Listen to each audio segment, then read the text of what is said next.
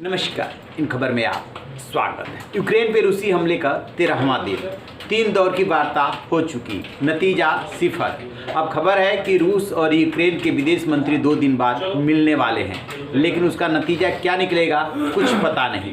इस बीच वहां से एक से बढ़कर के एक इमोशनल वीडियो वायरल हो रहे हैं।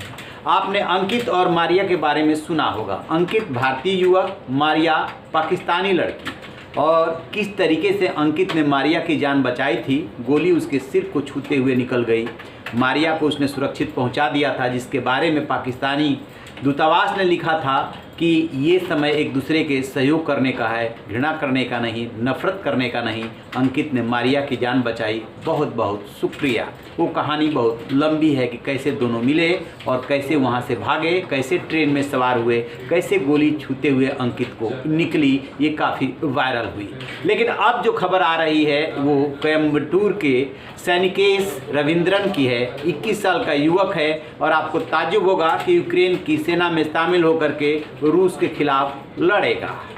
जैसे ही ये खबर आई कोयम्बटूर में उनके माता पिता से, जो यहाँ के पुलिस और दूसरे डिपार्टमेंट्स हैं, उन्होंने संपर्क किया और पता चला कि सैनिकेश रविंद्रन 2018 में खार्किव में जो एरोस्पेस यूनिवर्सिटी है उसमें एडमिशन लिया।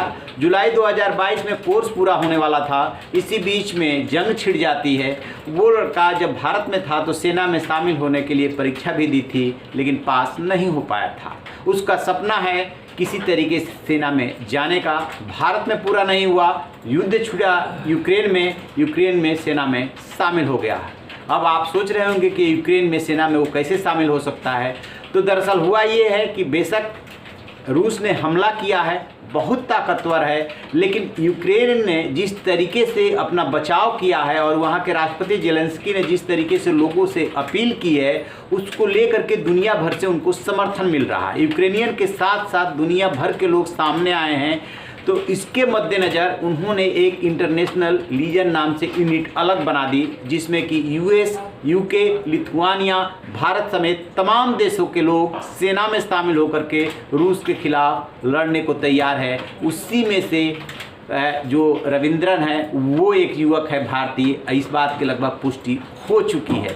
अब सबसे बड़ा सवाल ये है कि सैनिकेश रविंद्रन यदि रूस के खिलाफ यूक्रेन की सेना में शामिल होकर के लड़ना चाहता है तो भला उसे कौन मना सकता है, कौन हटा सकता है। और वहाँ के राष्ट्रपति जेलेंस्की इसका ऐलान कर चुके हैं कि जो भी स्वेच्छा से आए और यूक्रेन की मदद के लिए लड़ना चाहे वो लड़ सकता है। तो अब ये जो है रविंद्रन की कहानी काफ़ी वायरल हो रही है। आप रहिए बेखबर, देखते रहिए इन खबर। Thank you.